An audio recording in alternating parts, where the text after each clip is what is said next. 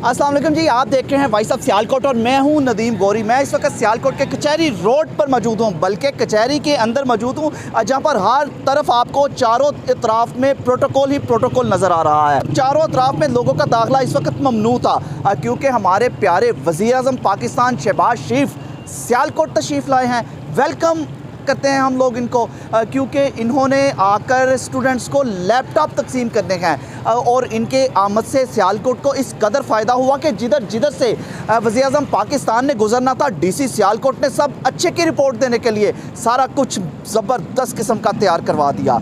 मतलब जहाँ पर कोई टोए टप्पे थे, गड़े थे, सारे सही हो गए। मतलब लेकिन जहाँ जहाँ से वज़ीर-ए-आज़म पाकिस्तान ने गुजरना था, ताकि उनकी गाड़ी स्मूथली चलती हुई जीसी वुमेन यूनिवर्सिटी तक पहुंचे और इनको कोई भी शिकायत का मौका ना दिया जाए कि यहाँ के डीसी सियालकोट बड़ा अच्छा काम कर रहे हैं। लेकिन डीसी सियालकोट साहब से गुजारिश ये थी कि इधर सज्जे हाथ का काम तो आपने बड़ा बेहतरीन कर दिया, जीसी वुमेन यूनिवर्सिटी का पिछला इलाका भी देख लेते। काश वज़ीर-ए-आज़म पाकिस्तान यहाँ पर सियालकोट आए हैं, सिर्फ छोटा सा ये चक्कर शहर का लगा लें तो इनको इनकी कारकर्दगी का खुद ब खुद इल्म हो जाएगा कि कितने गंदे और बुरे हालात हैं। सिर्फ ये बता दिया जाए कि यहाँ पर जो तरक्याती फ़ंड दिए गए थे, यहाँ आते हैं या इनको मिलते हैं, वो डेवलपमेंट फ़ंड किधर गए भाई? आज भी सीवरेज का पानी हमें मुंह चढ़ा रहा है। गंदगी के वज़ीर-ए-आज़म पाकिस्तान साहब ऐसे ढेर हैं जिनको आपकी नज़रों से छुपा दिया गया है, और क्योंकि आपका जो रूट था वो बिल्कुल क्लियर था। वहाँ पर ऐसे ही आपको लगा होगा जैसे आप बाहर के किसी मुल्क में हैं। सिक्योरिटी के ऐसे ज़बरदस्त इंतजाम हैं कि किसी को खड़ा तक नहीं होने दिया जा रहा। ये चारों तरफ में देखा जा सकता है। लैपटॉप तो तकसीम करके आप चले जाएंगे, लेकिन काश आप सियालकोट का एक छोटा सा चक्कर भी लगा लेते। 10-15 मिनट लगने थे, क्योंकि आपको तो ट्रैफिक मिलनी नहीं थी, लेकिन आपको ये सीवरेज का गंदा पानी नज़र आना था, गंदगी के कचरे के ढेर नज़र आने थे। मतलब इसी चीज़ को डीसी सियालकोट साहब ने शायद लोकल मीडिया को भी, मकामी मीडिया को भी इसी वजह से